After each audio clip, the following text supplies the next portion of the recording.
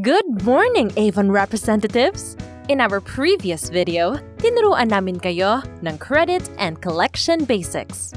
Isashare ko naman sa inyo ang mga tips kung paano natin ma-ensure ang collection through initial payment. Sa video na ito, may dalawa tayong topics na pag-uusapan. Una ay kung ano ang initial payment at kung paano ito gawin. At ang pangalawa naman ay ang benefits ng initial payment para sa ating mga Avon representatives at pati na rin sa ating customers. Let's start!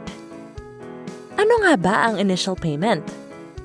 Ang initial payment o partial payment ay payment na kinokolekta sa customers kasabay ng pag-deliver ng kanilang mga ordered products. Ito ay any amount na willing bayaran ng customer.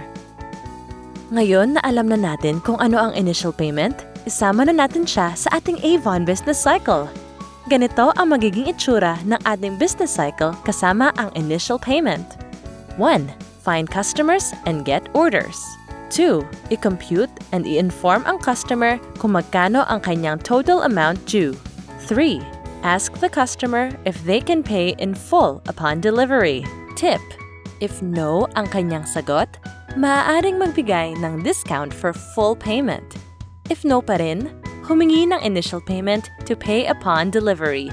Then, mag-agree sa date kung kailan ka uli babalik para i-collect ang kanyang remaining amount due. If yes naman ang kanyang sagot, mag-agree kayo on a delivery date. 4. I-place agad ang order sa Avon branch or Avon On. 5. I-deliver agad ang orders ng customers. 6. Pagka-deliver ng mga produkto, kolektahin ang partial o full payment at i-remit ito agad sa Avon branches. 7. Balikan si customer sa napagkasundoang due date at i-collect ang kanyang balance o natitirang amount na due. Tip: remind the customer of her due a day before you collect. Kapag nakompleto na natin lahat ng steps na ito, finally, ma-enjoy na natin ang ating earnings. Makikita natin na halos parehas lang ito sa nakasanayan nating Avon business cycle. Pero mahalaga na idinagdag natin ang simple steps ng pag-collect ng initial payment. Paano nga ba gawin ang initial payment? Madali lang. Meron tayong 3 steps para dito. Sundin lang ang sumusunod na steps. Step 1. Compute. I-compute at ipaalam kay customer ang total amount ng kanyang orders. Step 2. Collect. Mangolekta ng full or at least 20% of the amount of the total orders. Step 3. Confirm. Mag-agree kung kailan i-deliver ang mga produkto at ang collection date. Ngayon, pag-usapan naman natin ang 3 benefits of initial payment. Kung pinapractice mo ang pangongolekta ng initial payment, ma-enjoy mo ang benefits nito. Mababayaran mo ang dues mo in advance. Mas gagaan ang pagbabayad ng iyong customers. Sapat palagi ang credit line mo.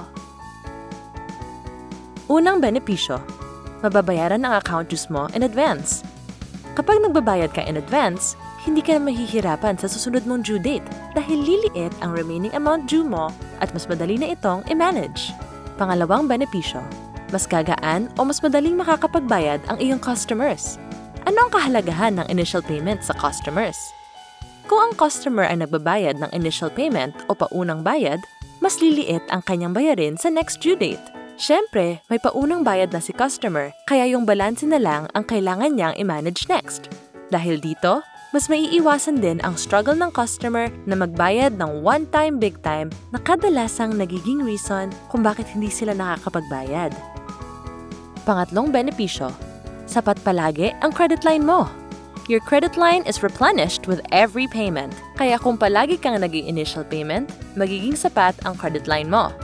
Tandaan na kung mas malaki ang credit line mo, mas marami kang produkto na mabibili, mas marami ang benta, at mas malaki rin ang kita. Collecting initial payment from your customer is now easy. Sanay na tayo sa pangongolekta ng cash sa ating customer. But nowadays, everything is online. Kaya level it up na rin with online payment o mobile payment channels. Dahil mas convenient at mas mabilis ito, sanayan ng customers upang makagawian nilang magbayad ng maaga bago pa nila magamit ang kanilang budget on their other purchases online. Kung may bank account ka, i-encourage ang customers na mag-transfer ng kanilang payment through online banking sa iyong preferred bank. Aside from bank transfer, pwede rin kayong gumawa ng GCash o PayMaya account para mas mabilis kayong makatanggap ng payment from your customers. Gamit ang e-wallet, instant na ang pagta-transfer ng initial payment ng iyong customers. Ngayon naman, pag-uusapan natin ang amount ng initial payment. You might be wondering, magkano nga ba ang hihingiin yung initial payment from your customer? Meron tayong 3 options.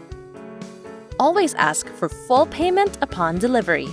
Tip: if the customer doesn't agree to full payment, try to offer some discount, maximum of 5%, kaysa babalik ka pa o mamamasahe para mongolekta sa balanse. Kung hindi afford ni customer na magbayad in full, mongolekta muna ng at least 20%. Alamin lang ang 20% ng total amount due ni customer at kunin niyon para sa kanyang initial payment. Gawin natin itong habit dahil kung hindi natin ito nakolekta, magagamit ni customer ang budget niya sa other purchases niya online. If talagang hindi kaya ni customer ang 20%, humingi ng kahit pang pamasahe mo lang or any amount na willing o capable niyang ibigay. At maging consistent lang sa paghingi ng IP in every purchase order. Before you know it, nasanay na sila na mag-initial payment. Lastly, i-remit agad ang nakolektang initial payment sa Avon.